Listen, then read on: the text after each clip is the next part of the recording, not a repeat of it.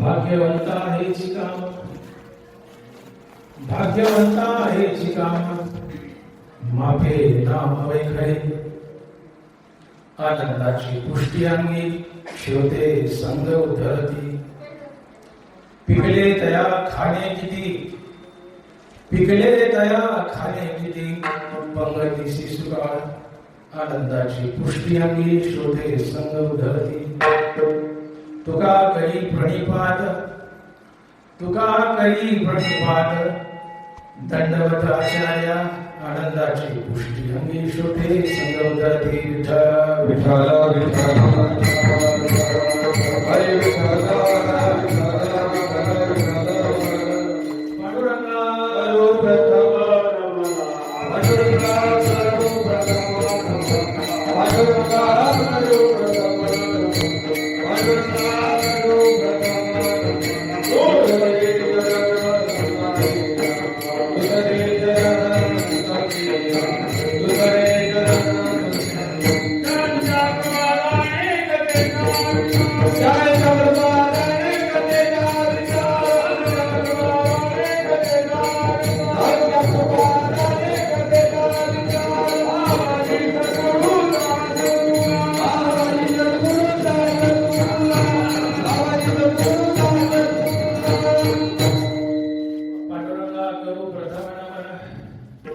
पांडुरंगा करू प्रथम नमन, दुसरे चरण संतांच्या त्यांच्या कृपादाने कथेचा विस्तार.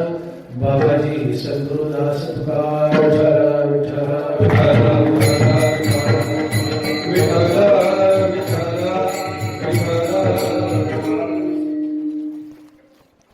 नमो भजन भाषण भवे भंजना विश्वोद्भव पूर्णा श्री गुरुराया. तुमचा अनुग्रह गणेशो जय आपला सरसो, ते सारस्वत ही प्रवेशो बाळका ही अधी. आपुल्या स्नेहाची वागेश्वरी, जय मुखिया ते अंगीकारी, ते वाचस्पती सिकरी प्रबंधोडा. चंदनाते काय सेनी चर्चावे, अमृते किवते अंधावे, गगनावरी उभवावे कडे गेली.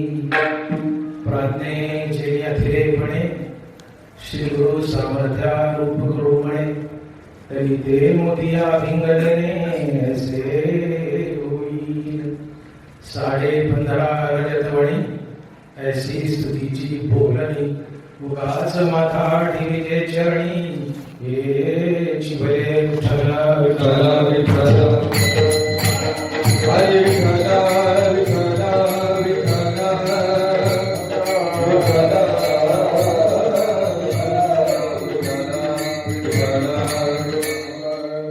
जयांचे गिरिया स्मरण, सकळ विद्येचे डोळे अधिकार, त्यांची बंधू श्रीचरण श्री गुरुचे नमस्कार. आता प्रस्तुत कीर्तन सेवेसाठी निवडलेला अभंग जगद्गुरु श्री संत तुकाराम महाराज यांचा 4 चरणाचा आणि नामपर प्रकरणातील अभंग आहे. विठ्ठल विठ्ठल विठ्ठल हरे विठ्ठल.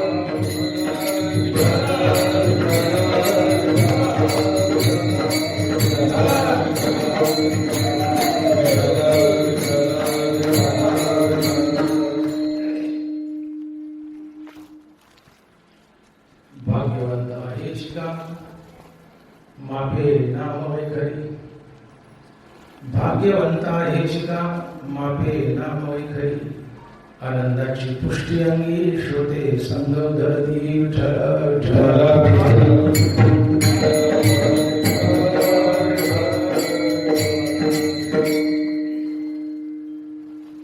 जगद्गुरु तुकोबाराय सेवा पीठ तळेगाव अध्यक्ष आदरणीय परशुरामजी मारडे सर यांच्या कुशल मार्गदर्शनाखाली चालू असलेला हा अखंड हरिनाम सप्ताह आणि त्यातली आजची तिसऱ्या दिवसाची कीर्तन सेवा माझ्याकडे आली आहे. विठ्ठला विठ्ठला विठ्ठला हरे विठ्ठला विठ्ठला विठ्ठला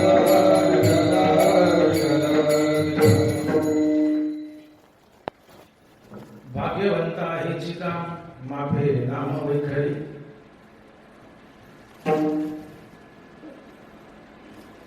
भाग्यवंत हेची काम माफे नाम वैखरी. अभंगाच्या पहिल्या चरणात दोन प्रश्न उभे राहतात. काय म्हणतात? भाग्यवंता हेची काम. चकार लावला. भाग्यवंता हेची काम. आवाज थोडा क्लिअर करा. बंग करायचं. भाग्यवंता हेची काम माफे नाम वैखरी. भाग्यवंता हेच काम आहे काय? तर तो तोंडाने सारखं विठ्ठलाचं नामस्मरण करतो. मग हा भाग्यवंत कोण आणि हा भाग्यवंत विठ्ठलाचं नामस्मरण सारखं तोंडाने का करतो? असे दोन प्रश्न उभे राहतात. हा भाग्यवंत कोण आणि हा भाग्यवंत तोंडाने विठ्ठलाचं नामस्मरण सारखं का करतो? तर पहिला प्रश्न आहे भाग्यवंत कोण? तर तुकोबाराय उत्तर देत आहे, तीच भाग्यवंते सरती पुरती धनविते ज्यांचा आवडता देव अखंडित प्रेमभाव. तीच चकारात्मक चकार. तीच काय प्रश्न आहे? भाग्यवंत कोण? तीच भाग्यवंते सरती पुरती धनविते ज्यांचा आवडता देव अखंडित प्रेमभाव. ज्यांना देव आणि देवाचं नावच आवडतं, बाकी काही आवडत नाही, फक्त तीच भाग्यवंत आहेत.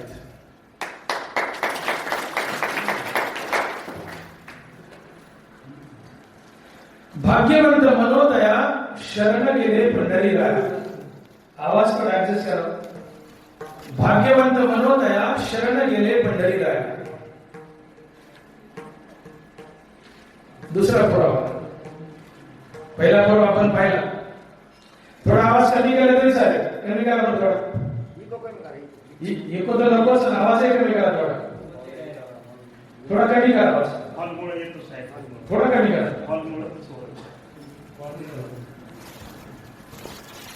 भाग्यवंत कोण? राहू द्या. पहिला पुरावा आपण पाहिला की तीच भाग्यवंत आहे की ज्यांना देव आणि देवाचं नावच आवडतं, बाकी काहीही आवडत नाही, तो भाग्यवंत असतो. दुसरा पुरावा तुकोबाराज म्हणतात की भाग्यवंत मनोदया शरण गेले पंढरीराया. ती भाग्यवंत असतात की जी पांडुरंगाला शरण गेली. थाप थोडी हळूच मार. तिची फारशी गरज नाही. हळूच मार. भाग्यवंत मनोदया शरण गेले पंढरीराया. तीच भाग्यवंत असतात की जी पांडुरंगाला शरण गेली. मग पांडुरंगाला कोण शरण गेले? तुम्ही म्हणताल आम्ही सगळे पांडुरंगाला शरण गेलो. तुम्ही पांडुरंगाला शरण गेलायत का? तुम्ही म्हणाल हो, आम्ही आषाढी कार्तिकी करतो. आषाढी कार्तिकी करतो, मग आधी पंढरीला जातो, पांडुरंगाचं दर्शन घेतो. कुणी कुणी 12 महिने वारी करतं. आम्ही पांडुरंगाला शरण गेलो.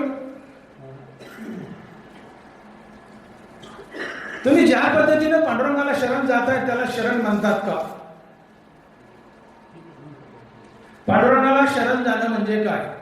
तुकोबाराय म्हणतात जो पांडुरंगाला शरण गेला तोच भाग्यवंत. मग तुम्ही म्हणता आम्ही पांडुरंगाला शरण गेलो, वारी करतो, पंढरीला जातो, दर्शन घेतो, आम्ही पांडुरंगाला शरण गेलोय. मग तुमचं शरण जाणं शरण आहे का? नरबाराय म्हणतात नाही. नाही. मग शरण जाणं काय पांडुरंगाला? सुवर्णमणी सोनिया का कल्लोळ जैसे पानिया तैसे मज धनंजया शरण येते. सुवर्णमणी सोनिया का कल्लोळ जैसे पानिया तैसे मज धनंजया शरण येतो. सोन्याला शरण जायचंय, शुद्ध सोनं बनून जावं. पाण्याला शरण जायचंय, पाणी बनून जावं. देवाला शरण जायचंय, देव बनून जावं. तर देवात मिसळता येतं अन्यथा नाही. सुवर्णमणी सोनिया का कल्लोळ जैसे पाणी तैसे मज धनंजया शरण येतो. तुम्ही पाण्याला शरण चालले आणि तेल बनून चालले, पाण्यात मिसळाल का? पाण्याला शरण चाललेत आणि तेल बनून चाललेत, पाण्यावर तरंगाल. तुम्ही पाण्यात तेल होता, तेल पाण्यावर तरंगत. गुरुजींनी प्रश्न विचारला, पुराणो तेल पाण्यावर तरंगत म्हणले का? तर म्हणले तेल पाण्यापेक्षा हलकं आहे. मग तेलापेक्षा हलकं काय? पोरं म्हणले भजे. पोरं म्हणले भजे का? तर भजे तेलावर तरंगतात. विनोदाचा भाग सोडा. पाण्याला शरण जायचे, पाणी बनून जा, तेल बनून नाही. तेल बनून पाण्याला शरण गेले तर पाण्यावर तरंगावं. पाण्याला शरण जायचे, पाणी बनून जा. देवाला शरण जायचे, देव बनून जा. नरवाळा लिहित आहे, मजही शरण रिगीचे आणि जीवितवेची अशी जे धिग या बोली न लजे प्रज्ञा घेवी. तुमच्या बुद्धीला काही लाज वाटत नाही का म्हणले? धिग या बोली न लजे प्रज्ञा घेवी. तुमच्या बुद्धीला लाज वाटत नाही का म्हणले? जीवरूपात आहात, विकारात आहात. अहंकार आहे, काम, क्रोध हे विकार आहेत. हे सगळे विकार घेऊन मला शरण निघालाय आणि मी देवाला शरण निघालो म्हणतो, असं म्हणण्याला तुम्हाला लाज वाटत नाही का म्हणले? लाज काढली आमचे ज्ञानोबा आहे. काम, क्रोध, लोभ घेऊन या संगे परमार्थाशी निघे तोची मूर्ख. ज्ञानोबा आहे. काम, क्रोध, लोभ घेऊन या संगे परमार्थाशी निघे तोची मूर्ख.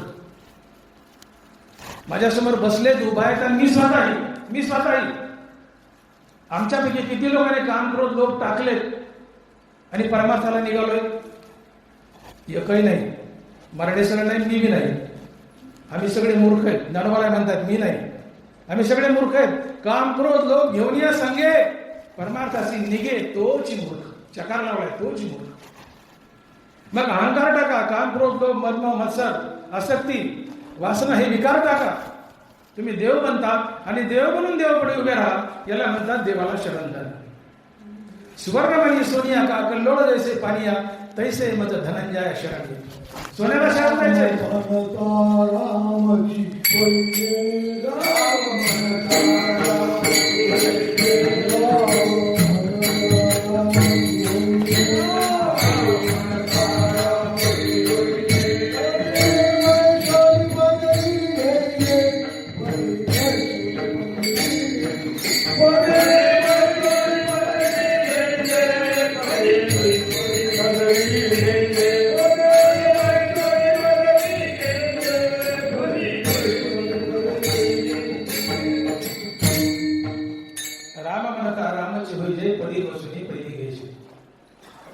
तुम्ही रामाला शरण चाललाय, राम बनून जा. अहंकार टाकणं, काम, क्रोध, विकार टाकणं म्हणजे राम होणं. सगळे विकार टाकले म्हणजे तुम्ही राम झाले. राम म्हणून रामापुढे उभा राहा, पांडुरंग म्हणून पांडुरंगापुढे उभा राहा. याला म्हणतात पांडुरंगाला शरण जा. आणि सगळे विकार टाकून जो पांडुरंगाला शरण जातो तो भाग्यवंत असतो. तो भाग्यवंत असतो. भाग्यवंत मनोदया शरण गेले पंढरीराया. जो पंढरीरायाला शरण गेलाय तो भाग्यवंत आहे. पण विकार घेऊन जो शरण गेलाय तो भाग्यवंत नाही. ज्यांनी विकार टाकले तो देव बनला. देव बनून देवाला शरण गेला. देव बनून देव पुढे उभा राहिला तो भाग्यवंत असतो. तुकोबारा याला भाग्यवंत म्हणतात. दुसरा पुरावा. तिसरा पुरावा भाग्यवंत कोण? ऐसे भाग्य काही लहाता होईल अवघे देखे जन. ऐसे भाग्य काही लहाता होईन अवघे देखे जन ब्रह्मरूप. जगत परमात्मा स्वरूप पाहणं, अद्वैतात उभं राहणं हे भाग्य असतं. तिसरा पुरावा. तुका म्हणे भाग्य या नावा म्हणीचे तरीचे जन्मीचे संसारी. आठव ना आठव गेले भावा भाव झाला स्वयंमेव पांडुरंग. तुका म्हणे भाग्य या नावा म्हणीचे. एक गाऊ आम्ही विठोबाचे नाम. हे प्रमाण नाही. अन्य प्रमाण देऊ नका. लागू पडत असले द्या. आठव गेले भावाभाव झाला मेळा पांडुरंग. तुका म्हणे भाग्य या नावावरीच. जो प्रत्यक्ष नराचा नारायण झाला, जो मनुष्य रूपातून पांडुरंग झाला, तो भाग्यवान असतो. तुका म्हणे भाग्य या नावा मनीच आहे. कशाला झाला स्वयंमेव पांडुरंग. जो स्वतः मनुष्य रूपातून पांडुरंग बनला त्याला भाग्यवान समजलं. नारायण कशाला भाग्यवंत म्हणतात? मोक्ष देखे आला भाग्य विनट आला साधूचा अंकीला. ज्याला साधूने अंकित केलंय, आपली शरण दिली आणि ज्यांनी मोक्षाची रेषा स्पर्श केली आहे, अर्थात जो मुक्त आहे तो भाग्यवंत असतो. नारायण बोलतात ज्ञानाचा डोळा डोळसा माझी एकूत विरेषा हे स्तुती नव्हे भवासा भाग्याचा तो. कोण भाग्यवान? ज्ञानाचा डोळा डोळसा माझी एकूत विरेषा हे स्तुती नव्हे भवासा भाग्याचा तो. तो भाग्यवान आहे. कोण? ज्याच्याजवळ ज्ञानाचा डोळा आहे, जो जगत परमात्मा स्वरूप पाहतो, ज्याला आत्मज्ञान झाल्याने जगत परमात्मा स्वरूप पाहतो, तो भाग्यवान असतो. भाग्याचा उदय ते हे जोडी संत. अशा ज्ञानोबा तुकोबा यांनी अनेक व्याख्या सांगितल्या की भाग्यवंत कुणाला बनावं. त्याचा सार एकच निघतो की ज्याच्याजवळ मूर्तिमंत विवेक वैराग्य आहे, ज्याला श्रीगुरूंनी अंकित केलंय, श्रीगुरूच्या कृपेने ज्याला आत्मज्ञान झालंय, जो मुक्त आहे, जो मुक्तीवर भजनयुक्त आहे, असा महात्मा संत असतो. आणि असा संतच भाग्यवंत असतो, इतर दुसरं कुणी नाही. विठ्ठला विठ्ठला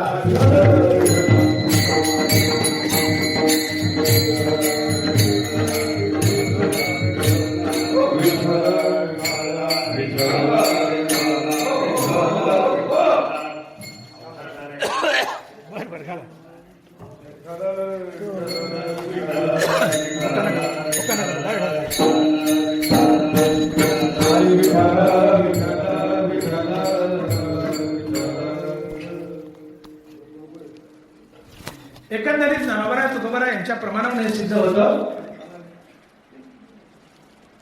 की फक्त संत भाग्यवंत असतो. भाग्यवंत आहेची का मापे नामावे काय. याच्यांना दोन प्रश्न करतात की भाग्यवंत कोण आणि भाग्यवंत तोंडानं देवाचं सारखं नाम का मोजतो. फक्त भाग्यवंत तो ज्याच्याजवळ मूर्तिमंत विवेक वैराग्य आहे, ज्याला श्रीगुरूंनी अंकित केलंय, श्रीगुरूच्या कृपेने ज्याला आत्मज्ञान झालं, जो मुक्त आहे, जो मुक्तीवरील भजनयुक्त आहे, असा महात्मा भाग्यवंत असतो. आणि असा महात्मा संत असतो. म्हणून या जगात एकमात्र भाग्यवंत जर कोण असेल तर तो आहे संत. म्हणजे संत हा भाग्यवंत आणि भाग्यवंत म्हणजे संत.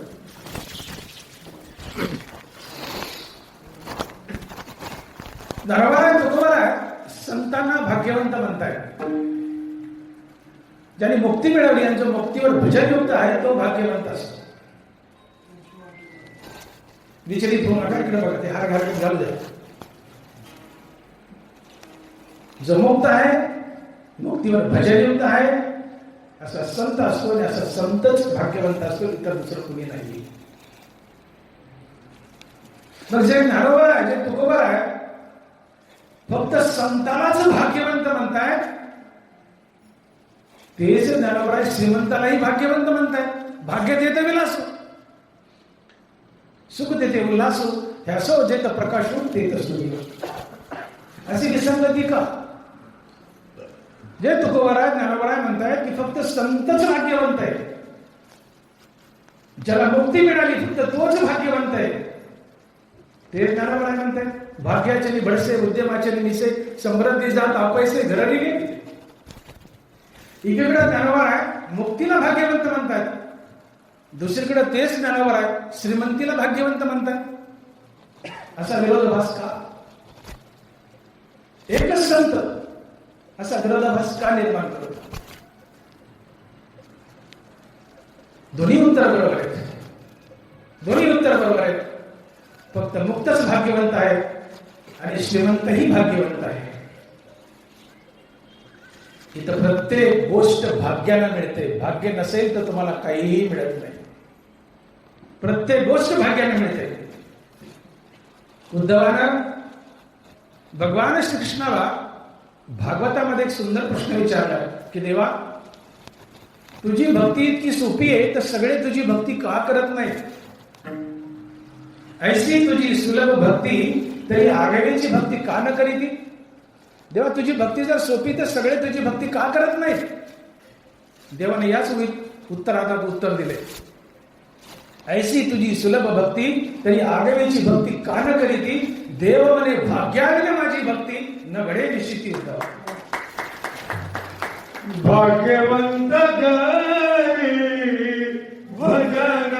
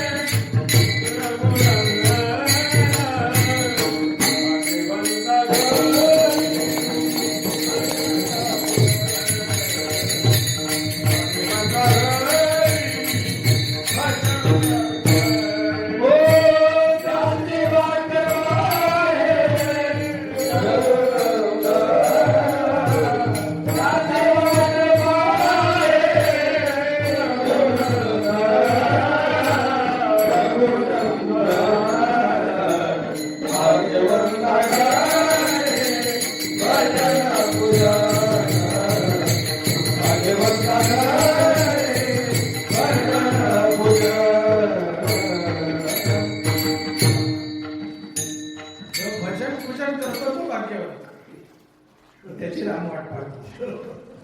तीच भाग्यवंते सरती पूर्ती धन वित्ते ज्यांचा आवडता देव अखंडित प्रेम. ज्याला देवाचं भजन, देवाचं नाम आणि देव आवडतो तीच भाग्यवान. इतर दुसरं कुणी नाही. आपण बोलून गेलो ही गोष्ट. उद्धव म्हणतो, देवा तुझी भक्ती इतकी सोपी तर सगळे तुझी भक्ती का करत नाही? कृष्ण म्हणतात की माझी भक्ती भाग्यवानालाच प्राप्त होते, इतर कुणालाही नाही. आणि म्हणून इथं मृत्यूलोकात प्रत्येक गोष्ट भाग्यानं मिळवावी लागते. मुक्ती सुद्धा भाग्यानं मिळावी लागते. संतपदी भाग्यानंच मिळावं लागतं आणि श्रीमंतीही भाग्यानंच मिळावी लागते. आणि म्हणून ज्ञानोबाराच्याच प्रमाणे दोन्ही मोक्षरेखे आला भाग्य विरटाला. भाग्य ते विलास भाग्याचे निवडसे उद्यमाचे निसे स्मृती जात अपैसे ग्रहे.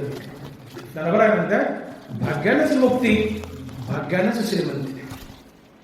दोन्ही गोष्टी खऱ्या आहेत. का? तिथं प्रत्येक गोष्ट भाग्यानंच मिळते. भाग्य अनुकूल नसेल तर लाभ पटका काही मिळत नाही. प्रयत्नवाद आवश्यक आहे, पण त्याला प्रारब्धवाद अनुकूल असला तर प्रयत्न कामाला येतो. नुसता प्रयत्न कामाला येत नाही, भाग्य अनुकूल असावं लागतं. म्हणून भाग्यानं मुक्ती, भाग्यानं श्रीमंती. पण आता ज्या भाग्यानं मुक्ती मिळते ते भाग्य शाश्वत भाग्य आहे. आणि ज्या भाग्यानं श्रीमंती मिळते ते भाग्य अशाश्वत भाग्य आहे. आणि मग तुका म्हणे धन भाग्य अशाश्वत झालं. भाग्यालाच मुक्ती आहे, पण ज्या भाग्यानं मुक्ती दिली ते शाश्वत भाग्य आहे. आणि ज्या भाग्याने श्रीमंती दिली ते भाग्याचे पण अशाश्वत आहे. म्हणून तुका म्हणे धन भाग्य अशाश्वत आहे. आणि मग शाश्वत भाग्य मुक्ती देतं, अशाश्वत भाग्य श्रीमंती देतं की ज्याचा कधी ना कधी नाश होतो. या धनाचा न जरी भरवसा द्यायची तरुवरच आहे. आणि हे भाग्य पुण्यानं मिळतं. इथे मृत्यू लोकात तुम्हाला भाग्याशिवाय पुण्याशिवाय काहीही मिळत नाही. भाग्य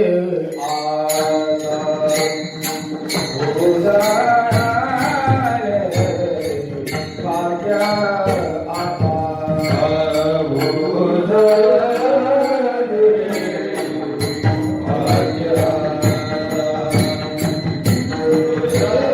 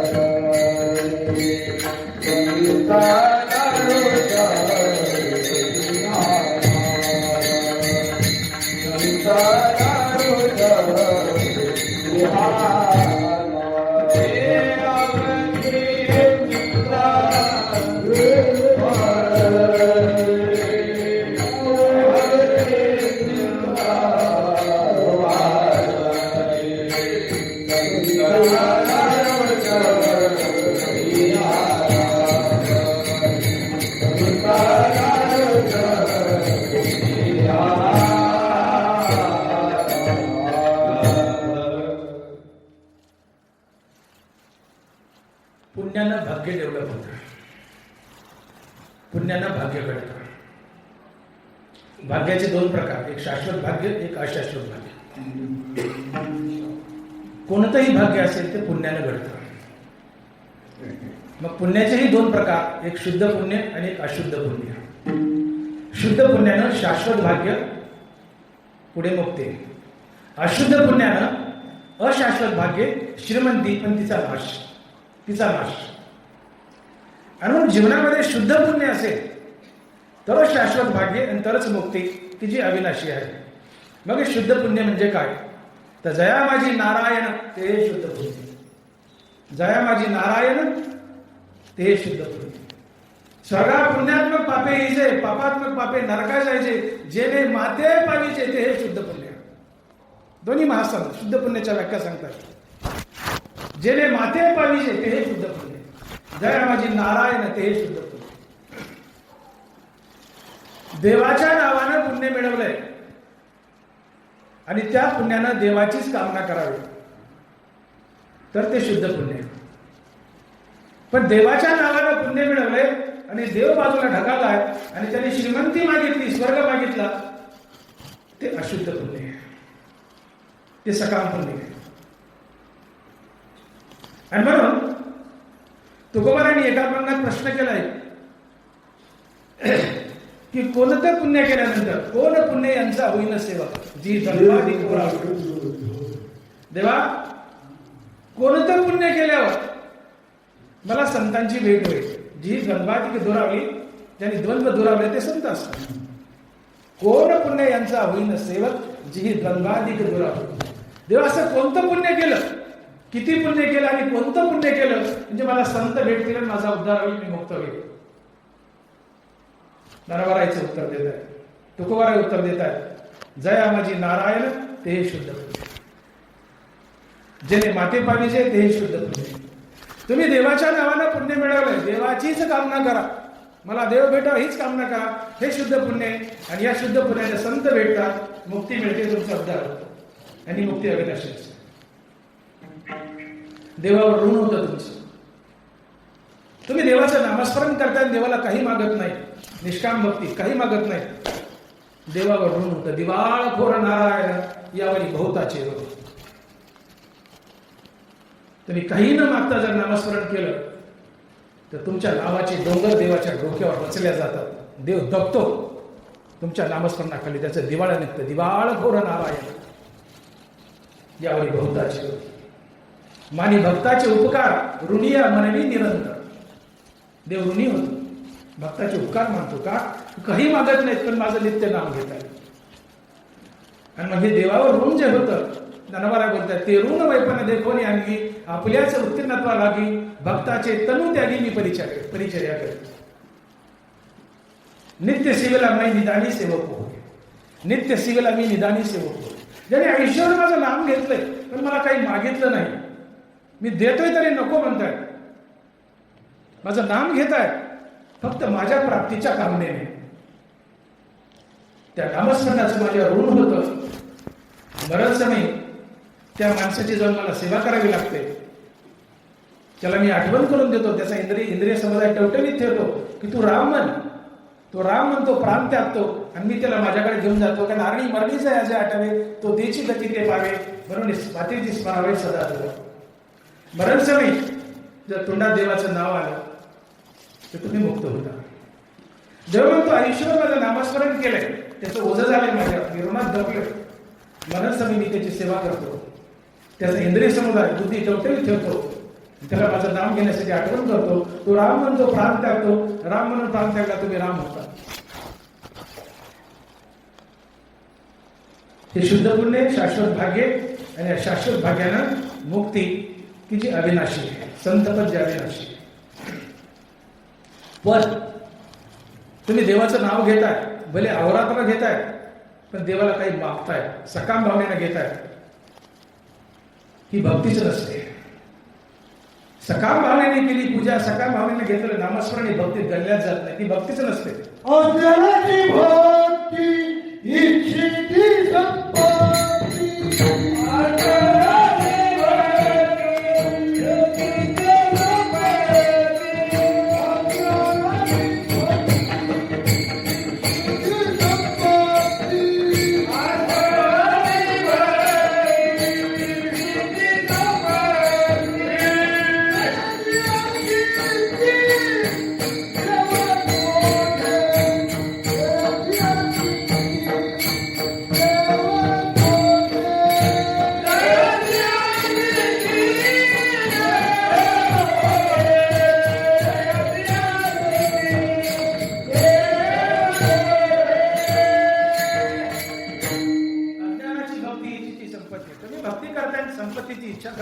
ती भक्तीच नसते, अज्ञानातली भक्ती आहे. भक्ती काही मागण्यासाठी करायचीच नसते. भक्तीचा अर्थ होतो प्रेम. प्रेम देतं, काही घेत नाही.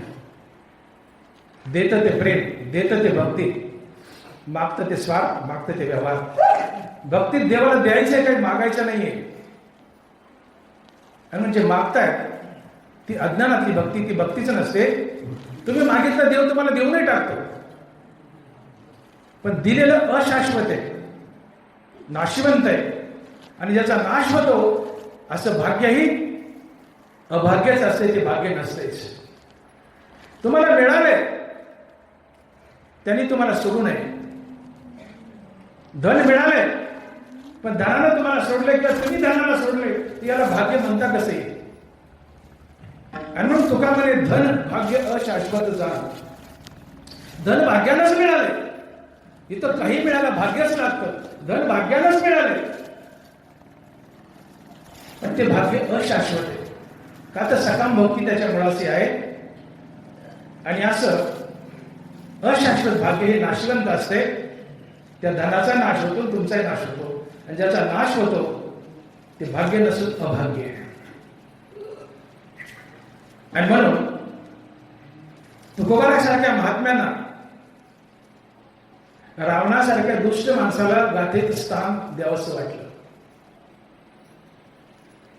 तुकोबारायांनी इतक्या पवित्र गाथा या ग्रंथात रावणाला स्थान दिले. पितळाची, चांदीची, खपराची, दगडा मातीची घर सोडावं, शुद्ध कांचनाची सप्तकोटी, शुद्ध सोन्याची 7 कोटी घरं होती. जगात कुणाची श्रीमंती मोजता येईल, पण रावणाची श्रीमंती मोजता येणार नाही. 7 कोटी घरं सगळी सोन्याची, बेसमेंट सोन्याचं, भिंती सोन्याची, गजल सोन्याची, स्लॅब सोन्याचा, सिमेंट सोन्याचं, पाणी सोन्याचं, अशी 7 कोटी. आणि आता भाव आहे 1.5 लाख, कपावणे 2 लाख. आयुष्य घातल्याने तुम्हाला हिशोब करता यायचा नाही. आयुष्य घाला, हिशोब करता यायचा नाही. रावणासारखा श्रीमंत झालाही नाही, होणारही नाही. आणि म्हणून तुकोबारांना मोह आवरला नाही. रावणाची श्रीमंती गाथेत घालावीशी वाटली. रावण एवढा दुष्ट असूनही तुकोबारांनी रावणाबद्दल एक अभंग लिहिला गाथेत. पण शेवटी एक टोला दिला. तुका म्हणे जाती संपदा रे होणारी.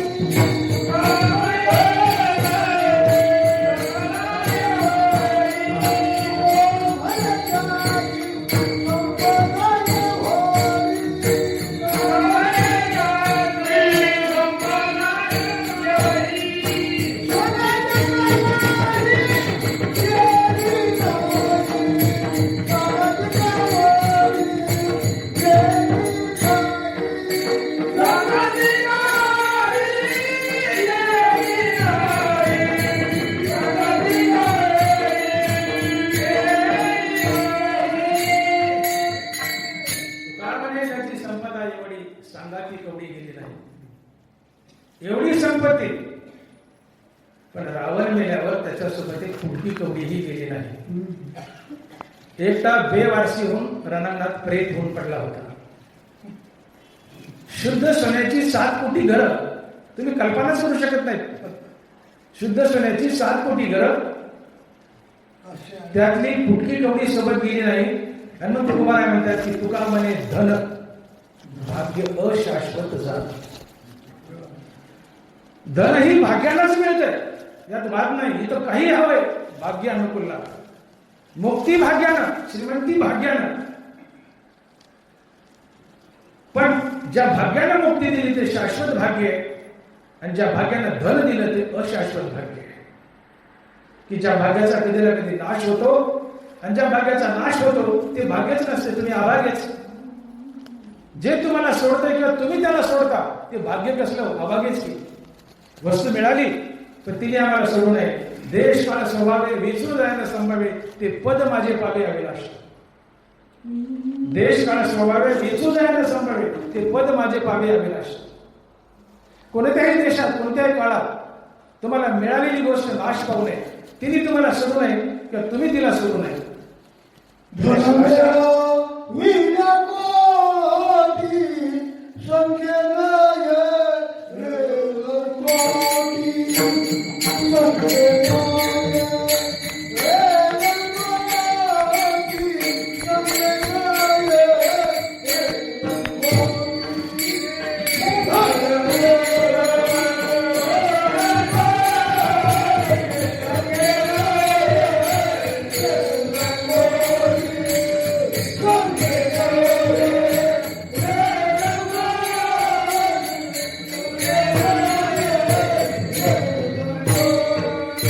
कोटी धन मिळविले कोटी संगे नयरे लंगोटी. कमरेचा करवला कापून घेतात, लंगोटी जळून जाते.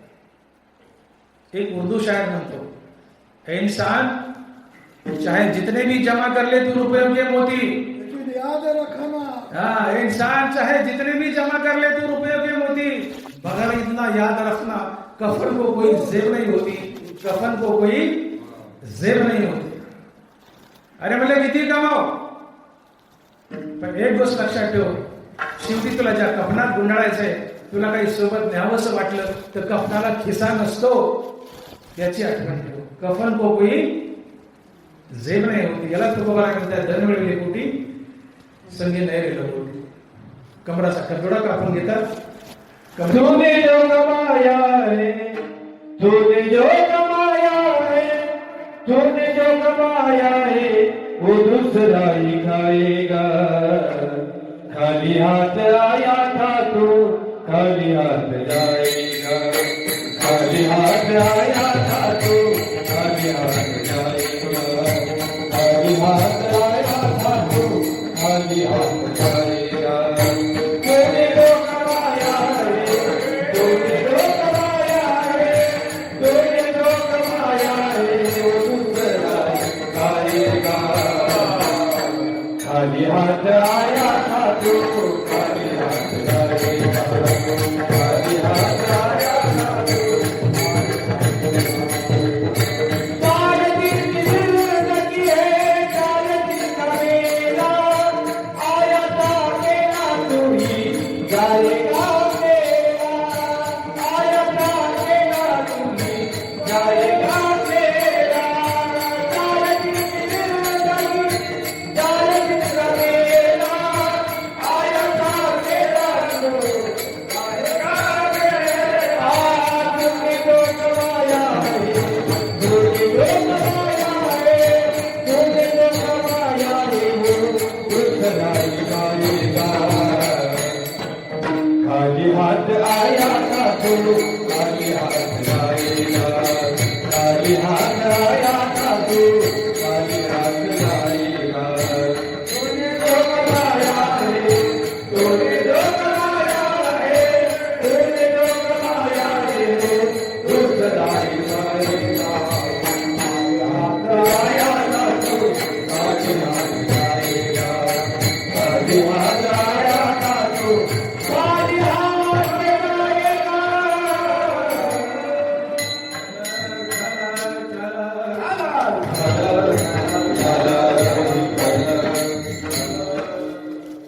खाली हात आया तो खाली हात जाएगा. सर्वत्र वैभव ईश्वराचे आणि मात्र नाहीवा जीवाचे, उघडेची यावे उघडेची जावे. हं? निमित्ताचा धनी केला असे प्राणी, माझे माझे म्हणून व्यर्थ. तुम्ही आम्ही आमच्या संपत्तीचे वाचमान आहोत, मालक नाही आहेत, लक्षात ठेवा. सातबारा आमच्या नावचा आहे, पण खरा कुबेराचा आहे, धन कुबेराचे, देह काळाचे. तर मनुष्याचे काय आहे? मनुष्याचं एकच आहे, उघडेची यावे उघडेची जावे.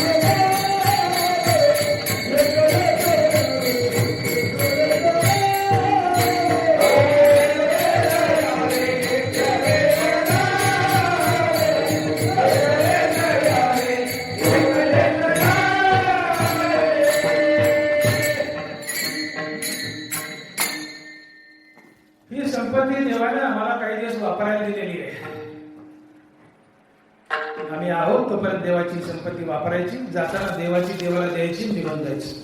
आमचं काही नाही. धन कुबेराचे, देह काळाचे, धन कुबेराचे. देवाने कुबेराने काही दिवस आम्हाला वापरायला दिली आहे, वापरायची, जाताना देवाची हवाली करायची, निघून जायची. आमचं नाहीये.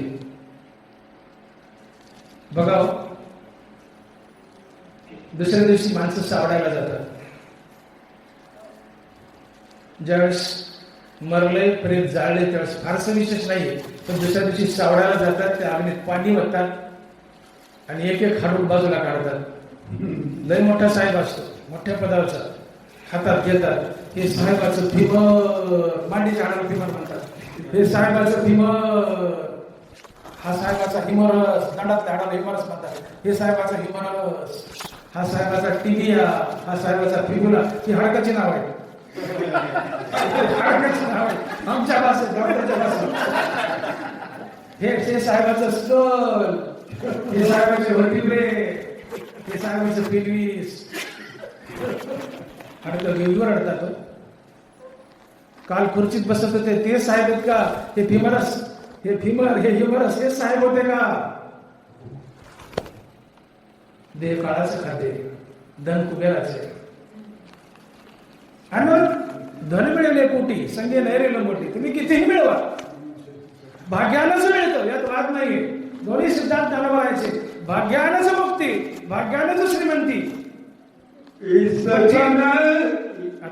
चिंतन डामजल मी नाही तर 11पर्यंत घेतलं, 11पर्यंत करत सोडायचं नाही, 10:30 11 करेल. मग मला बोलून घेऊ द्या, प्रमाण देऊ नका. भाग्यानंच मुक्ती, भाग्यानंच श्रीमंती, दोन्ही सिद्धांत त्याला बघायचे. पण ज्या भाग्याला मुक्ती मिळते ते शाश्वत भाग्य, अविनाशी भाग्य, कधी न मरणारं भाग्य, आणि ते शुद्ध पुण्याला मिळते. भाग्यानंच श्रीमंती, अशुद्ध पुण्याने मिळतं, पण ते नाशिवंत आहे. तुका म्हणे धन भाग्य अशाश्वत जाण. म्हणजे धन मिळालंय ते नश्वर आहे, ते आम्हाला सोडतं किंवा आम्ही त्याला सोडतो. जे आम्हाला कधी ना कधी सोडतं त्याला भाग्य म्हणावं कसं? ते अभाग्यच. तुम्ही अभाग्यच, कपाळ करंटेच. आणि म्हणून आमच्याकडे ज्या कल्पना पडल्या, भाग्य भाग्य भाग्य, लग्न झालं, पहिल्या टप्पूला पूर्ण झालं, भाग्यवान आहे. पहिल्या टप्पूला पूर्ण झालं, भाग्यवान. 4-5 पुरी जाण्यासारख्या, हा भाग आहे ते, हा भाग आहे ते. आणि पोरग मरतं, तूही मरतो. पोरग शाश्वत आहे का? तू शाश्वत आहे का? मरकी वस्तू मिळाली त्याला शाश्वत म्हणावं कसं? मरकं मिळालंय अशाश्वत, अशाश्वत आहे. अविनाशी मिळालंय शाश्वत.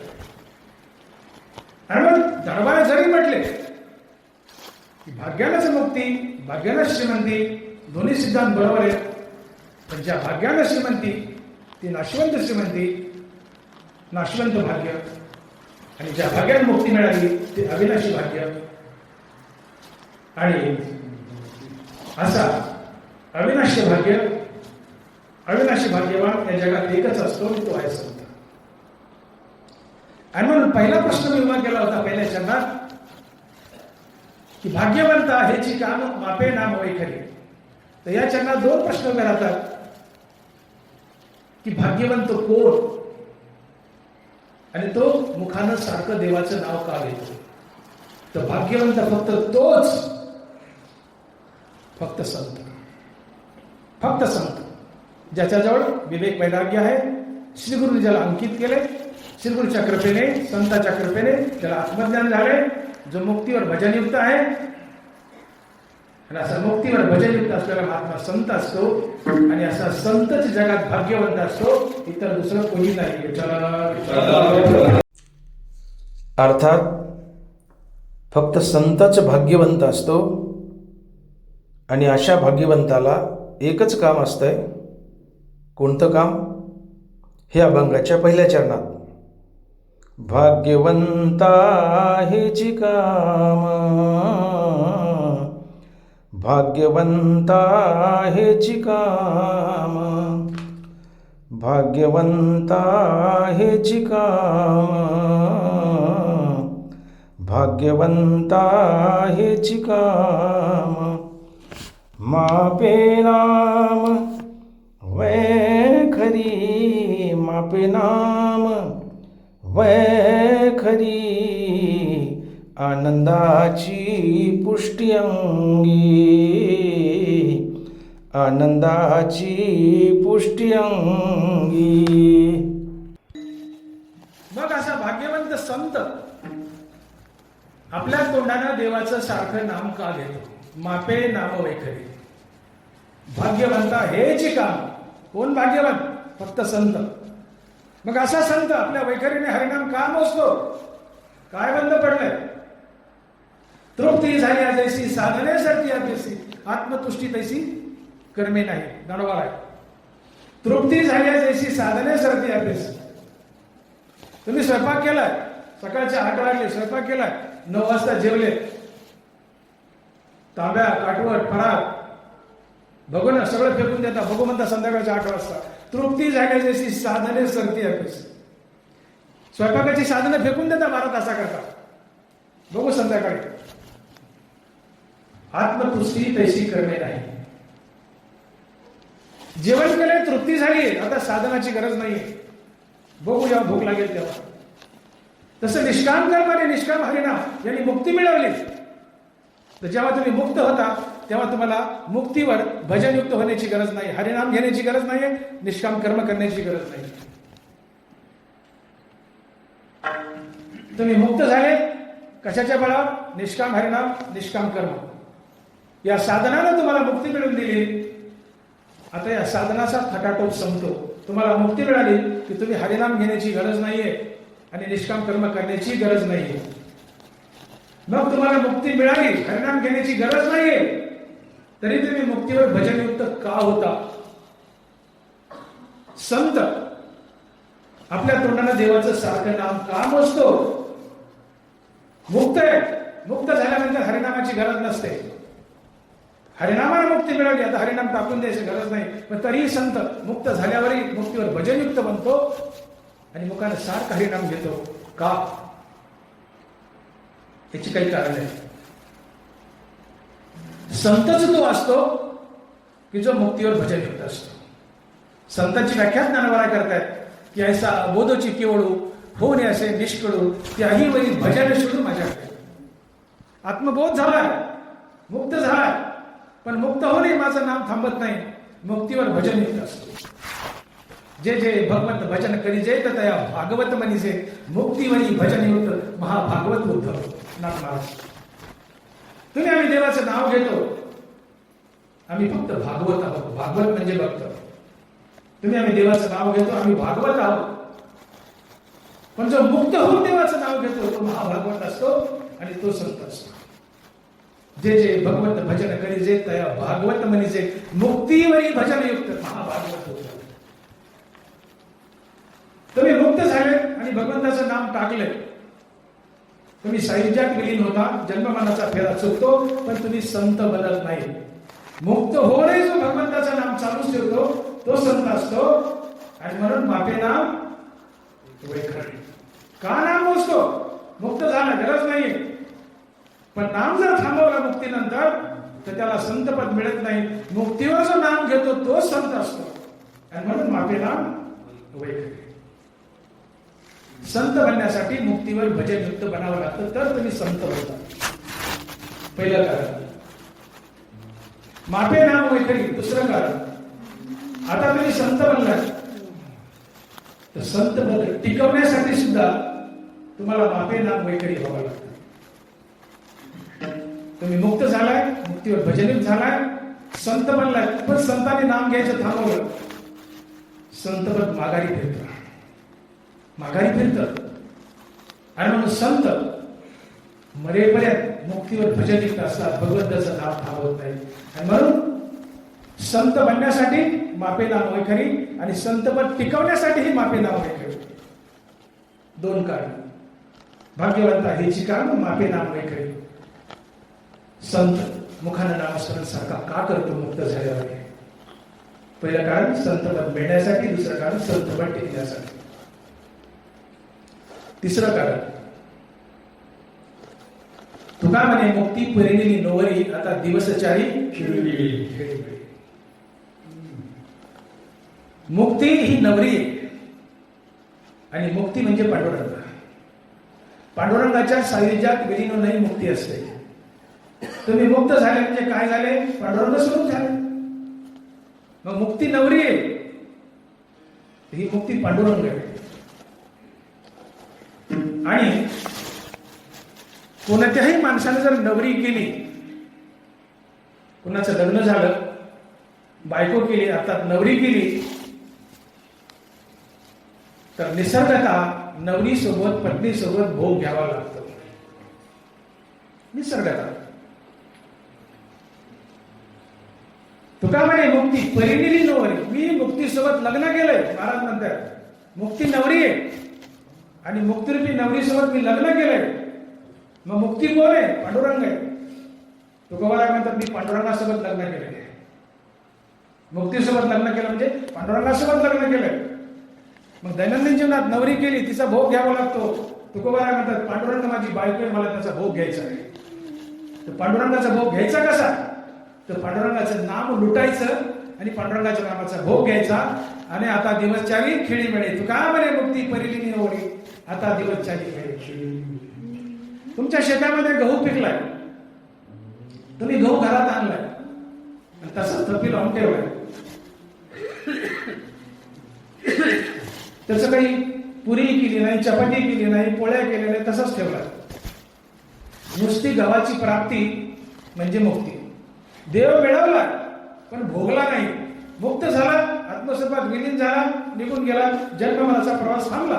पण देव मिळाला, मुक्त झाला, पण देव भोगला नाही. मग गव्हाची प्राप्ती म्हणजे मुक्ती. पण गहू मिळाले, त्याच्या चपात्या केल्या, पुरणपोळी केली, पुरी केली आणि खाल्ली. गहू प्राप्तही केले, गहू भोगलेही. जनी म्हणे देवा झाले निवेश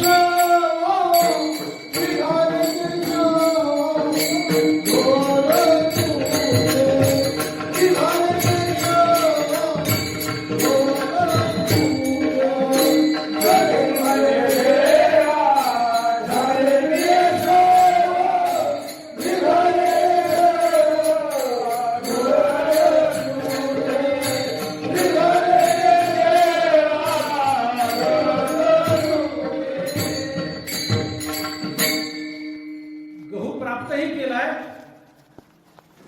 आणि त्याचा भोगही घेतलाय. देव प्राप्तही केलाय आणि देवाचा भोगही घेतलाय. तर देवाचा भोग घेणं म्हणजे देवाचं नामस्मरण करणं आणि त्याच्या नामाचा आनंद लुटणं.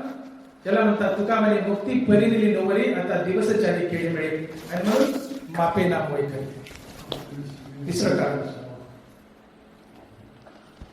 चौथं कारण, एखादी बाई आहे, तिला आपल्या नवऱ्यापासून 2 मुलं झाले, लग्न झाले, आपल्या नवऱ्यापासून 2 मुलं झाली. बाई नवऱ्याला सोडून देते का? कसं आहे आपल्याकडे? लग्न झालंय, बाईला नवऱ्यापासून 2 मुलं झाले, बाई नवरा सोडते का उराशी घट्ट पकडून ठेवते? उराशी घट्ट पकडून ठेवते. नवऱ्यापासून 2 मुलं झाले, बाई नवरा टाकत नाही, उराशी घट्ट पकडून ठेवते. हरिनामाला मुक्ती मिळाली, संत हरिनाम टाकत नाही, उराशी घट्ट पकडून ठेवतात आणि मुक्तीवर भजनयुक्त बनतात आणि नामाचा आनंद लुटतात. आणि या नामाचा आनंद लुटण्यासाठी, देव भोगण्यासाठी मापे नाम वैखरी. आणि म्हणून संत मुक्तीवर भजनयुक्त असतात. चौथं कारण. पाचवं कारण, हरिनाम हा संभोग आहे. संत मुक्तीवर भजनयुक्त का असतात? हरिनाम हा संभोग आहे. जो मनासी चारण सांगे, प्रकृतीचे केले ने घे, जो श्रद्धेच्यानी संभोगे सुखिया झाला. बरोबर आहे. श्रद्धा, माझ्या नामाची अति आवडी, तया नाव श्रद्धा रोकडे. काय श्रद्धा? नाथ महाराज, माझ्या नामाची अति आवडी, तया नाव श्रद्धा रोकडे. भगवंताच्या नामाची अतिशय आवड ही श्रद्धा असते. बरोबर आहे. हरिनामाला संभोग म्हणतात. तुम्ही गुलाबजामुन खाताय, गुलाबजामुन हा एक भोग आहे. एक मनुष्य गुलाबजामुन खातोय, गुलाबजामुन रूपी एका भोगानं एका माणसाला आनंद मिळतो. पण पती पत्नीचं मिलन हाही एकच भोग आहे. पण या एकाच भोगानं पती पत्नीला एका वेळी सारखाच आनंद मिळतो, हा संभोग असतो. धनावरा हरिनामाला संभोग म्हणतात. वाक्य नीट ऐका. मनुष्य गुलाबजामुन खातोय, हा एक भोग आहे. एका भोगानं एका माणसाला एका वेळी एकट्याला आनंद होतो, हा भोग. पण एकाच भोगानं एकाच वेळी पती पत्नीला सारखा आनंद होतो, तो संभोग. हरिनाम संभोग आहे. संतांना हरिनाम घेतलं, संतांना जेवढा आनंद होतो तितकाच आनंद देवाला होतो. मग हरिनाम रूपी एका भोगानं संत आणि देव दोघांनाही सारखाच आनंद होतो. आणि म्हणून मुक्तीवरी बजावली, म्हणून मापे नाम ऐकले. तुकोबारायला स्वतःला तर हरिनाम घ्यायचे, आनंदी बनायचे, पण तितकंच देवालाही आनंदी करायचे. कारण तुम्ही नाम म्हटलं, जेवढा आनंद मिळतो तितका आनंद रामाला मिळतो. आणि म्हणून हरिनाम संभोग आहे. तुकोबारायला राम म्हणायचे, नाम मोजायचं देवाचं, मापे नाम वैखरी का. देवाचं नित्य नाम घेऊन तुकोबारायला तर आनंदी व्हायचेच, पण तितकाच आनंद देवाला द्यायचा आहे. आणि म्हणून हरिनाम संभोग आहे. आणि म्हणून मापे नाम वैखरी. 5 कारण झाली. 6वं कारण, मापे नाम वैखरी का. अभिवेचनो शरीरे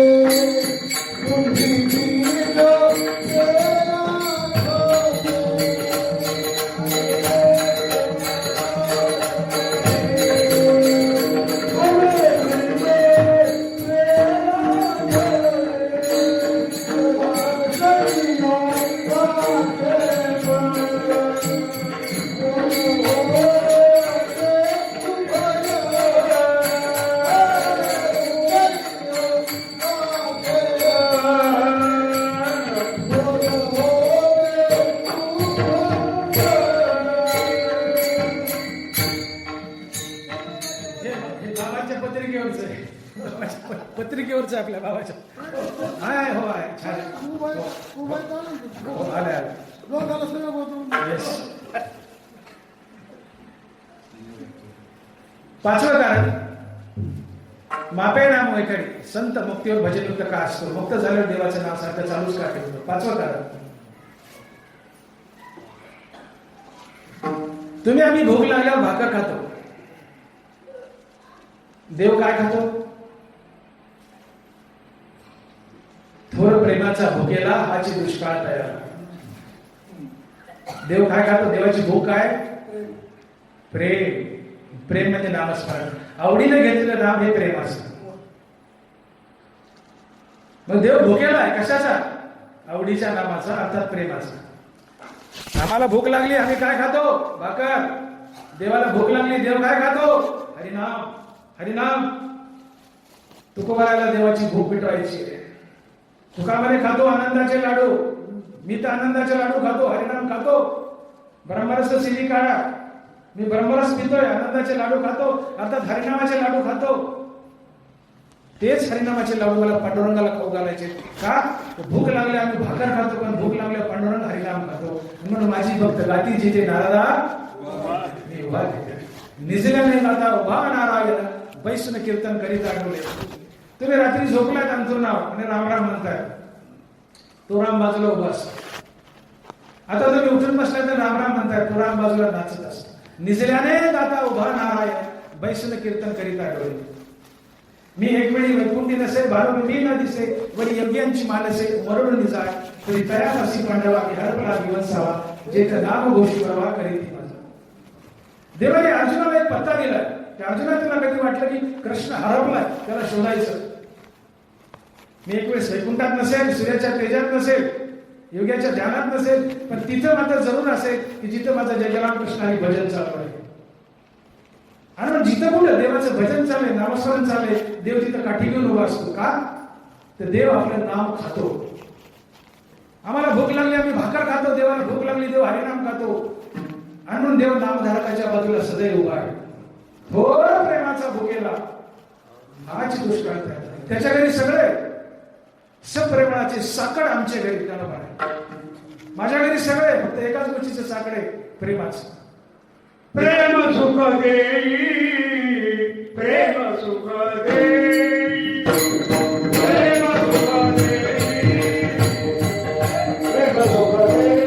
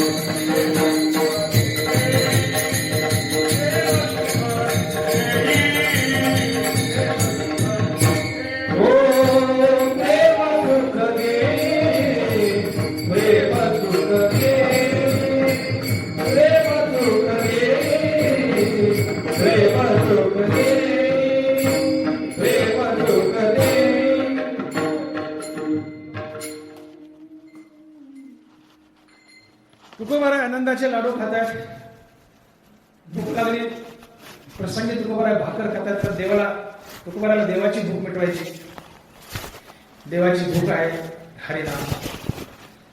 देवाची भूक घालायची, देवाला हरिनाम खाऊ घालायचे म्हणून मापे नाम ओळखे.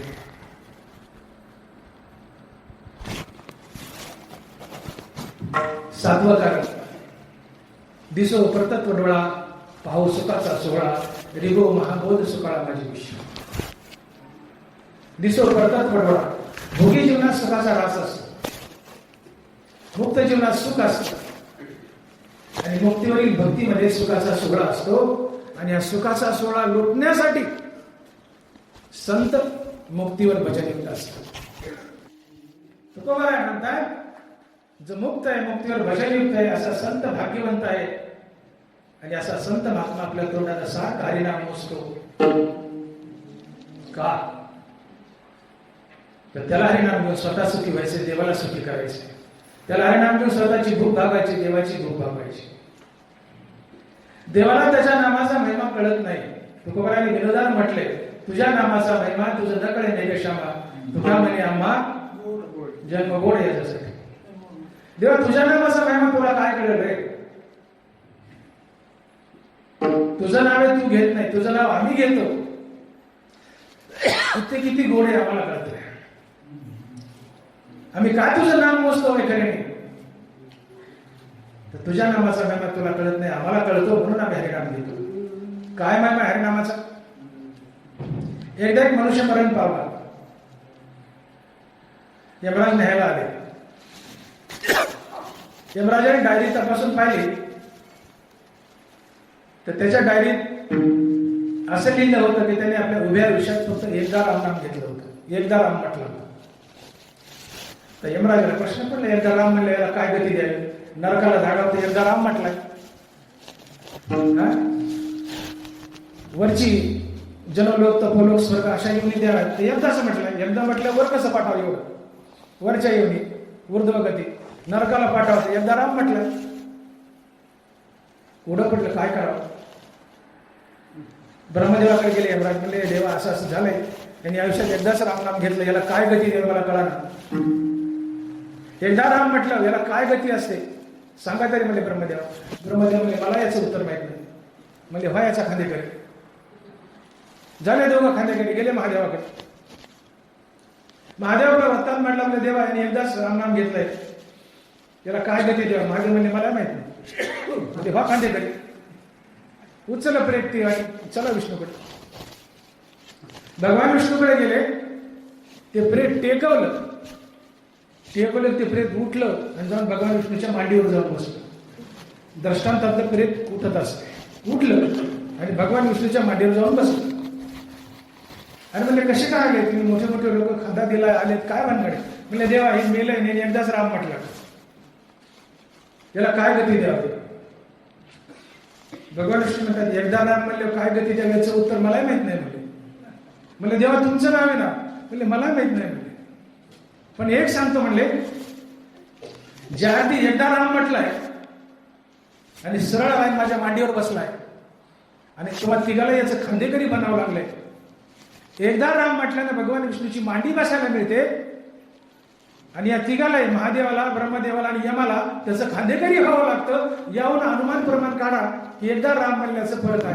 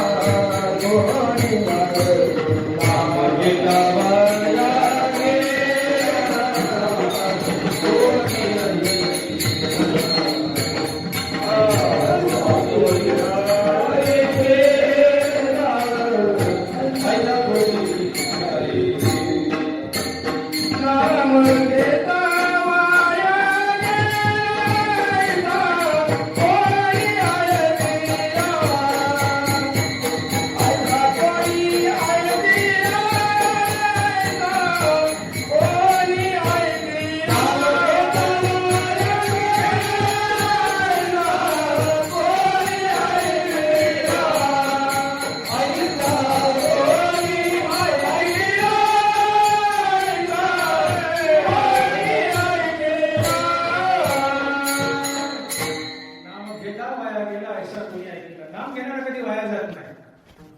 नाम सत्कारणी लागतं. एकदा राम म्हटलं भगवान विष्णूची मांडी आणि तिघाला खाली काय.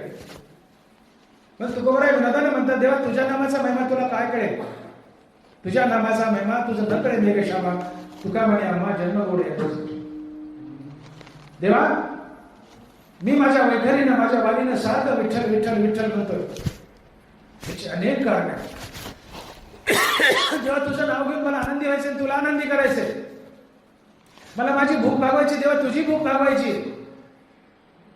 तुझ्या नामाचा महिमा तुला कळणार नाही. अशा अनेक कारणामुळे देवा मी तुझं नाव घेतोय. माफे नाम वैखरी. आणि म्हणून पहिल्याच्या ना आपण अनेक कारण पाहिली. तसं देवाच्या नावाचं तर काय नव्हे केले का चिंतिता विठ्ठल. काय मिळत नाही सगळं मिळतं. द्रष्टा अद्रष्ट विजय व्हावे. देवाच्या नावानं काय मिळत नाही सगळं मिळतं. पण तू तरी तुकोबार आहे ठळक ठळक गोष्टी सांगतायत. पहिल्या चंडात आपण पाहिलं अनेक गोष्टी. तुकोबार आहे माफे नाम वैखरी का बनतायत. आपल्या तोंडानं मुक्तीवर भजनयुक्त का बनतायत. देवाचं सातत्यानं नाम का घेत आहेत. ही 7-8 कारणं आपण पाहिली. आणखीन काही कारणं आहेत. त्यातली 2 कारणं अभंगाच्या दुसऱ्या चंडात. आनंदाची गोष्टी आहे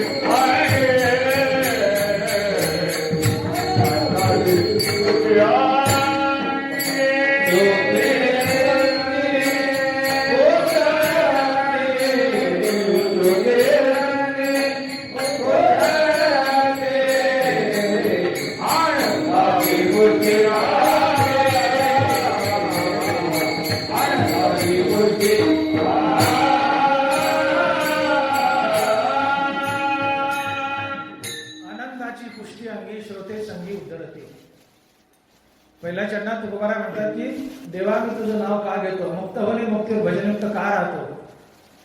आम्ही वैखरीने तुझं नाव मोजतोय. देवा काही कारण सांगितली. आम्ही अनेक कारण आहेत काही सांगितली.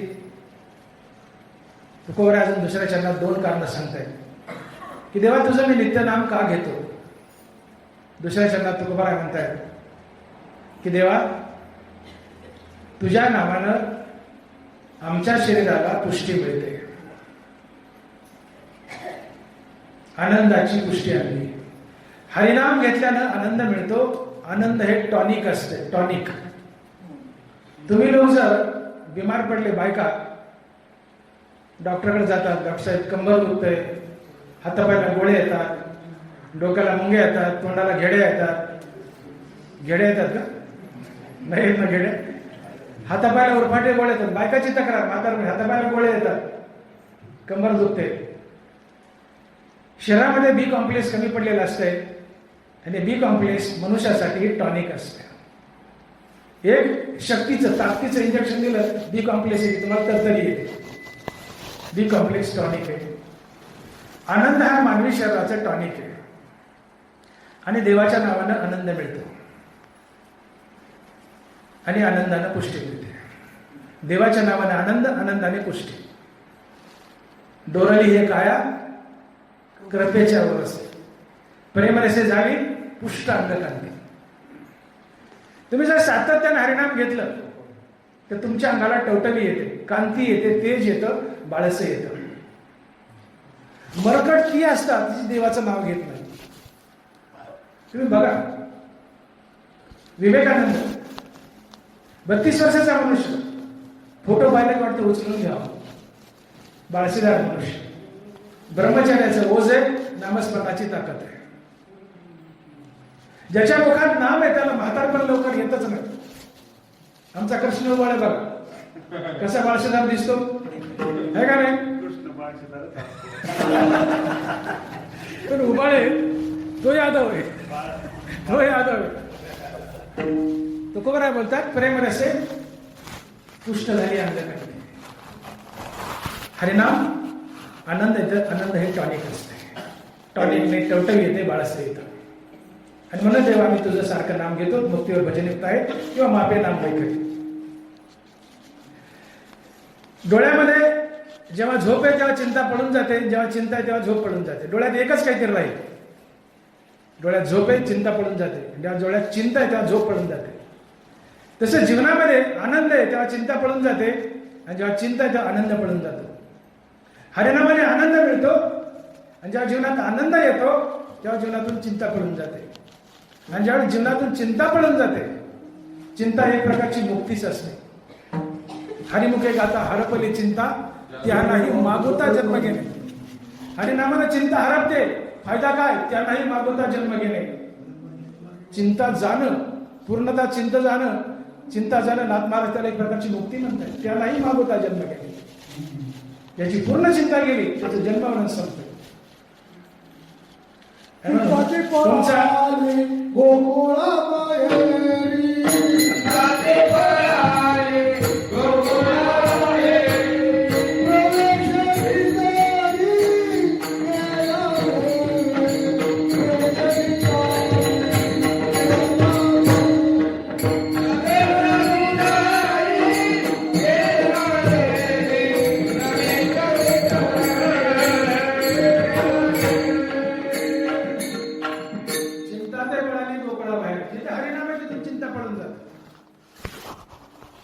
आणि म्हणून माणसाचा सर्वात मोठा शत्रू जर कोण असेल तर ती चिंता आहे. श्री संत तुलसीदास सांगतात एका दोह्यातून, चिंता से घटे शरीर घटे रूप और ज्ञान. चिंता से घटे शरीर घटे रूप और ज्ञान. चिंता बड़ी अभागिनी चिंता चिता समान. चिंता से घटे शरीर, शरीर घटतं, तुम्ही वाढून जाता. चिंता से घटे शरीर घटे रूप, रूप घटतं, तुम्ही मरकट दिसता. चिंता से घटे ज्ञान, ज्ञान घटतं. आणि म्हणून चिंता से घटे रूप. आपल्याकडं बायका रूप यावं म्हणून ब्युटी पार्लरला जातात, पापण्याचे केस कापतात, भव्याचे केस कापतात. नको नको ते केस कापतात. हा मलम लाव, तो मलम लाव, तो मलम लाव.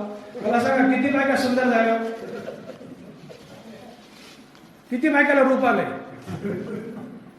का ललाटीचे लिहिले न मोडे का काही केले, काळे गोरेपणे धुतले फिटवणे. हा सिद्धांत आहे. बरोबर आहे म्हणतात. जसा काळा रंग आणि गोरा रंग कशानेच जात नाही.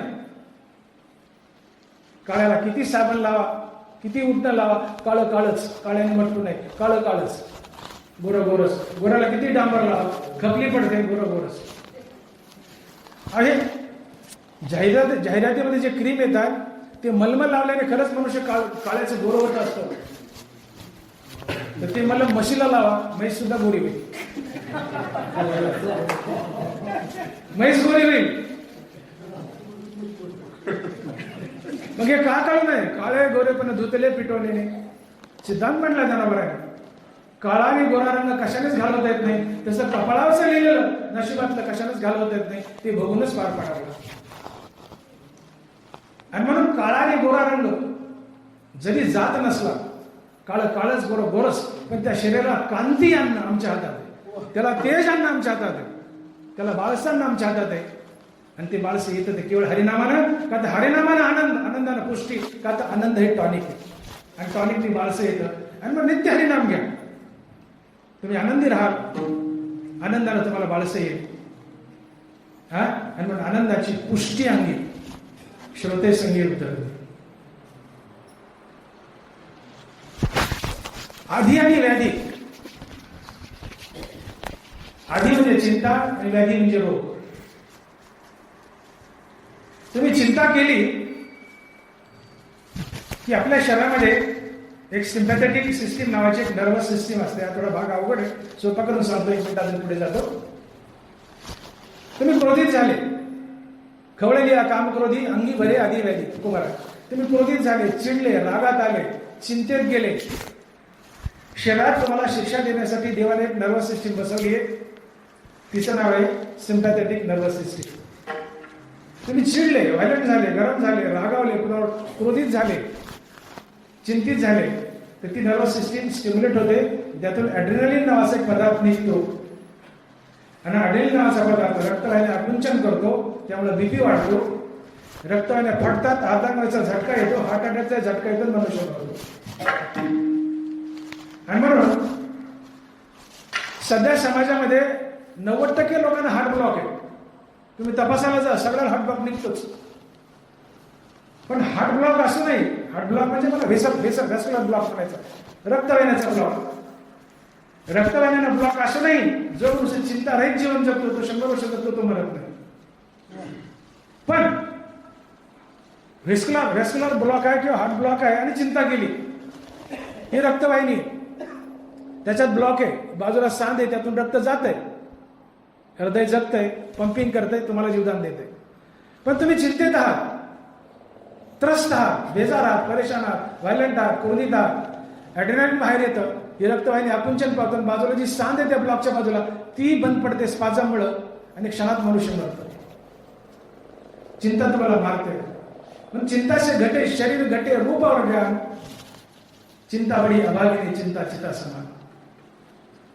तुलसी भरोसे राम के निर्भय होके सोए, तुलसी भरोसे राम के निर्भय होके सोए, अनहोनी होनी नहीं, होनी होई सो होय, द्याना देवावर सो,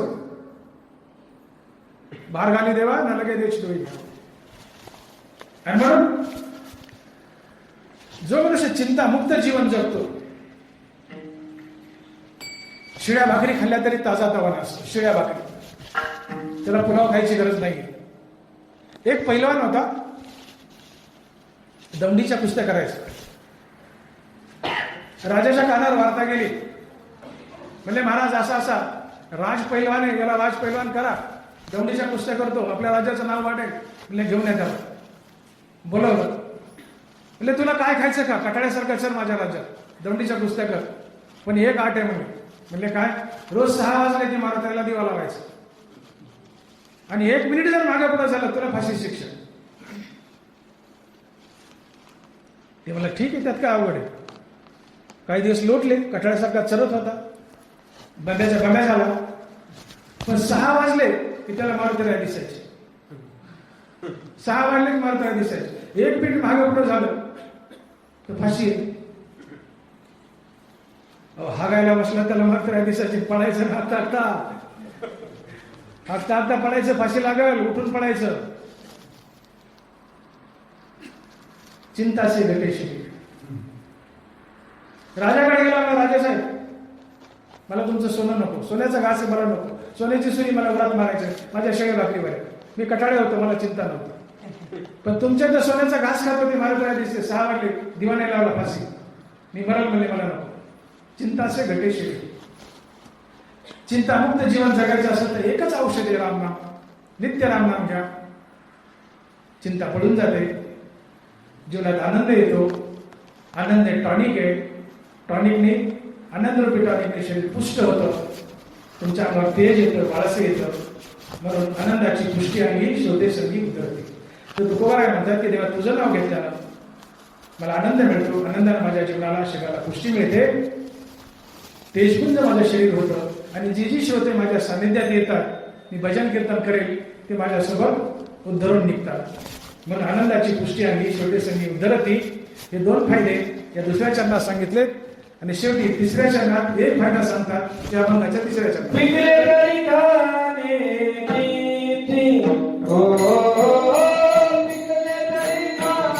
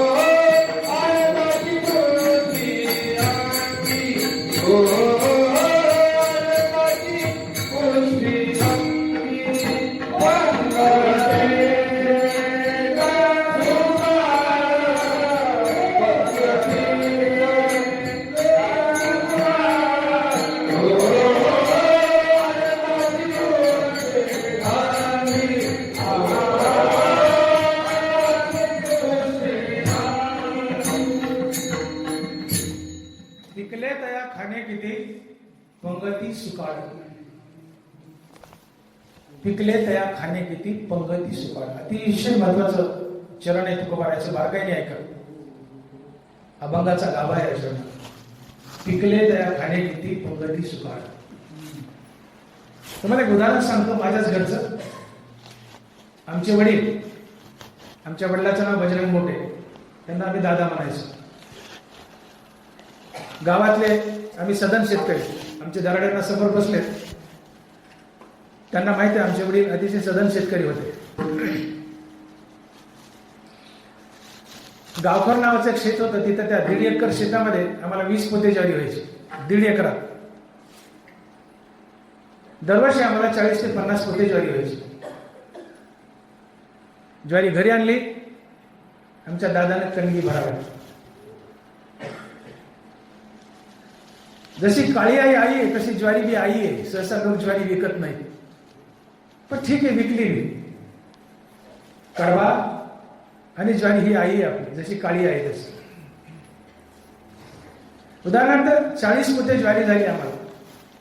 त्यावेळेस आमचं 8 माणसाचं कुटुंब होतं आमच्या लहानपणी. आमची लग्न झालेली नव्हती. 8 माणसाचं कुटुंब होतं. आम्हाला खायला लागून किती लागणार? 5 पोते 10 पोते लय जात. 10 पोत्यात उलटं पालतं 8 माणसं वर्षभर 15 10. 40 मधून 15 गेले, खाली उरले 25. खाळ्यावर 2-4 बोलू त्याला वाटले, बरं 5 वाटले, खाली उरले 20. 10-15 विकले, खाली उरले 5. आता या 5चं काय करायचं? विकले, खाल्ले, बोलू त्याला वाटले, तरी 5 उरले. आमच्या वडिलाचा एक स्वभाव होता, वडील कधीही दार लावून जेवले नाही, सतत दार उघडं ठेवून जेवायचे. आजकाल माणसं जेवताना आपल्याला कुणी पाहू नये याची काळजी घ्यायची, आणि जुन्या काळी जेवताना लोकांनी आपल्याला पाहावं याची काळजी घ्यायची. आजही चुकीचे किंवा अशुभ मानल्या जातं दार बंद करून जेवणं. आमच्या वडिलांनी चिरबंदी वाडा, दार उघडं ठेवून जेवायला बसावं दाराच्या समोर वसरीला. कुत्रा दारात आलं, अर्धी भाकर फेकावं, 2-3 कुत्रे येऊन जायचे, अन्नदान घडलं. कुणी मुसाफिर आला, बोलून आला, पंक्तीला बसावं. मी पंगत सांगतो, पंगतीची सुपा, पंक्तीला बसावं, जेव घाला. एकही मुसाफिर आमच्या गावातून उपाशी जात नव्हता. रात्री 12 वाजले, आमच्या आईच्या वडिलाची भांडणं व्हायची. हा काय ताप आहे, कुणी आणतंय म्हातारा पुढे मांडते, मला 12 वाजता भाकरी करायला लागतात, आई भांडायची. पण तरी वडील म्हणायचे कर. एकही मुसाफिर उपाशी जात नव्हता. तलाठी आला, ग्रामसेवक आला, कुणी आला, आमच्या दादाने पंक्तीला घेऊन जेव घाला.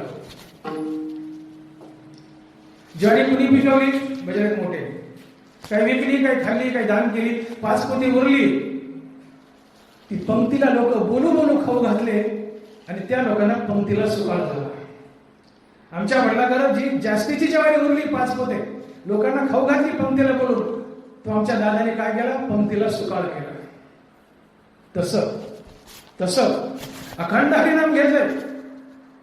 एखाद्या साधकानं अखंड हरिनाम घेतलंय आणि त्या हरिनामाने त्याला मुक्ती मिळाली आणि तो अजूनही मुक्तीवर भजनयुक्त आहे. मापे नाम वैखरी, मुक्त होऊ नये देवाचं नाव घेतोयस. जेवढं पुण्य पाहिजे मुक्त व्हायला, त्या पुण्याने मुक्त तर झालायच, पण अजूनही मुक्तीवर भजनयुक्त आहे.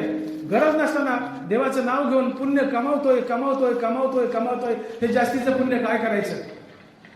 तर जे कोणी त्याच्या सानिध्यात जाईल ते पुण्य त्याला लागायचं आणि ते मुक्त व्हायचे. याला तुकोबाराय म्हणतात पंगतीची सुकाळ. पिकले तया खाणे किती, पंगतीची सुकाळ. संत महात्मे मुक्तीवर भजनयुक्त आहे.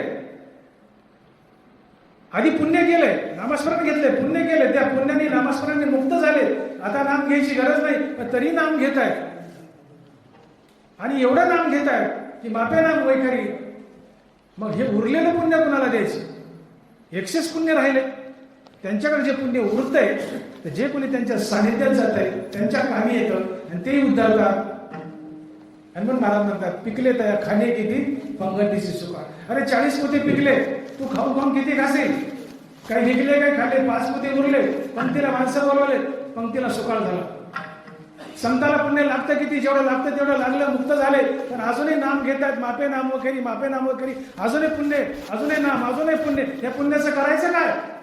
तर जे कोणी त्या संताच्या सानिध्यात जाईल ते पुण्य त्यांच्या कामी यायचं, ते उद्धरून जायचे, ते मुक्त व्हायचे.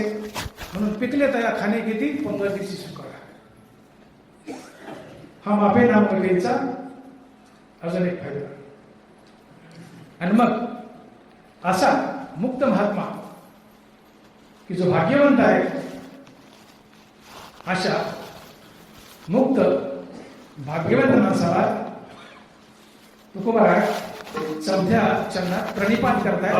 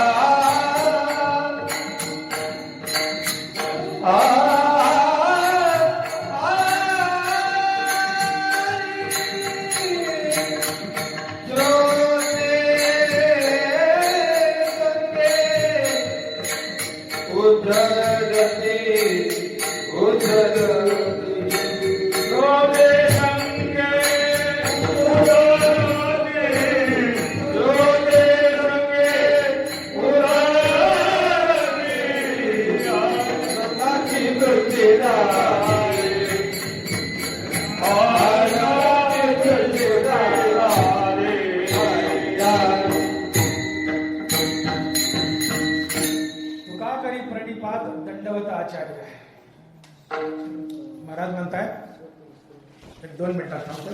महाराज म्हणताय की तोच भाग्यवंत आहे कोण? संत. आणि असा संत मुक्तीवर भजन येते, आपल्या वैखरीने सातत्यानं देवाचं नाव घेतोय, मापे नाम वैखरी. असा संत महात्मा आचार्य असतो, आणि त्याला माझा प्रणिपात आणि साष्टांग दंडवत. इथे आचार्य शब्द स्पष्ट सुचवतो, आचार्य म्हणजे संत. आता आजकाल आपण आचार्य कुणालाही म्हणतो, प्राचार्य कुणालाही म्हणतो. कॉलेजचे मास्तर आणि त्याचा हेड तो प्राचार्य, आचार्याचा पुढचा प्राचार्य. परंतु प्राचार्य हे तुम्ही आम्ही दिलेलं नॉमिनेशन जरी असलं तर आचार्य शब्दाचा खरा अर्थ होतो जो वेदासारखा वागतो आणि वेदाचा धडा समाजाला देतो, तो आचार्य असतो. श्रुती स्मृतीचे अर्थ आपण जीवन मूर्त अनुष्ठाने जगा देत वडील जायचे. बरोबर आहे. आचार्याची व्याख्या सांगतात की श्रुती स्मृतीचे अर्थ आपण जीवन मूर्त अनुष्ठाने जगा देत वडील जायचे. जो वेदासारखा वागतो आणि वेदाचा धडा समाजाला देतो, तो आचार्य असतो. आचार्य शब्दाचा अर्थ होतो ज्याचं आचरण शुद्ध आहे, ज्याचं आचरण चांगलं आहे. आचरण या शब्दापासून आचार्य, जो आपल्या आचरणातून, आपल्या पवित्र आचरणातून समाजाला सुधारवतो, जो वेदासारखा वागतो, समाजाला वेदाचा धडा देतो, तो आचार्य असतो. आणि म्हणून आम्ही कुणाला आचार्य नाव दिले, अनेक लोकांना आचार्य पदवी दिल्यात असो ते, पण तो आचार्य शब्दाचा खरा अर्थ होतो संत. जो मुक्तीवर भजन निघतंय, जो वैकरणीसारखं देवाचं नाव घेतो, असा मुक्तीवर भजनयुक्त असलेला महात्मा संत असतो, तो आचार्य असतो. आणि अशा आचार्याला मी प्रणिपात शब्दाचा अर्थ होतो आदरपूर्वक त्या माणसाला शरण जाणं आणि त्याला माझा दंडवत. तर दंडवत शब्दाचा अर्थ असा होतो, त्याला दंडवत शब्दाची व्याख्या सांगतात ज्ञानेश्वरी. माऊली लिहितात, लिंग का प्रतिमा दिठी. दंडवत शब्दाची व्याख्या माऊली सांगतात, लिंग का प्रतिमा दिठी देखत घेऊ अंगेष्टी लोटेली का काठी पडली जैसी. माऊली म्हणतात अशी काठी हातात घ्यायची, सोडून द्यायची नाही, लोटायची. लोटली का काठी पडली जैसी. हातात काठी घ्यायची आणि ढकलून द्यायची. ती काठी जशी सपसेल खाली पडते, तसं सपसेल सगळं अंग संतांच्या चरणावर टाकणं, याला म्हणतात दंडवत. आणि हा दंडवत साष्टांग असतो, का तर दंडावर घालताना आपल्या शरीराचे 8 अंग जमिनीला टेकतात. 2 पाय, 2 हात, 2 गुडघे, 6 झाले, हा, छाती आणि कपाळ. ही शरीराची 8 अंग जमिनीला टेकतात. म्हणून साष्टांग दंडवत, की उभ्यानं सरळ काठी पडल्यासारखं संतांच्या पायावर शरीर टाकून द्यायचं. आता मराठेश्वर बाजूला उभे, मी नुसतं वाकलो आणि पायाला स्पर्श केला, ठीक आहे ठीक आहे ठीक आहे म्हणते, डोक्यावर हात ठेवते, मी बाजूला ते बाजूला. पण मी ज्यावेळेस त्यांच्या पायावर माझं अंगच टाकून दिलं आणि पायाला मिठी मारी, या दंडवतात तीव्रता असते. त्यावेळेस ते मला म्हणतात, उठा उठा डॉक्टर, असं काय करले, उठा उठा उठा उठा उठा. ते मला घेतील, कवटाळतील. नुसतं पायाला हात लावला त्यात फारशी तीव्रता नाहीये, फारशी शरणागती दिसत नाही, पण उभ्यानं शरीर टाकले पायाला मिठी मारली, यात खूप तीव्रता दिसते. आणि मग तुकोबाराय म्हणतायत की जे मुक्तीवर भजनयुक्त आहेत असे संत, तेच भाग्यवंत आहेत. ते मुखानं सारखं देवाचं नाव घेत आहेत, मापे नाम वैखरी. असे संत, मुक्तीवर भजनयुक्त असलेले संत हे आचार्य आहेत. आणि त्यांनी माझा अंगीकार करावा. दंडवतात तीव्रता आहे, त्यांनी माझा अंगीकार करावा म्हणून मी त्यांना आदरयुक्त भावनेने शरण जातोय आणि त्यांना दंडवत घालतोय. आणि म्हणून तुका करी प्रणिपात दंडवत आचार्य गोपाल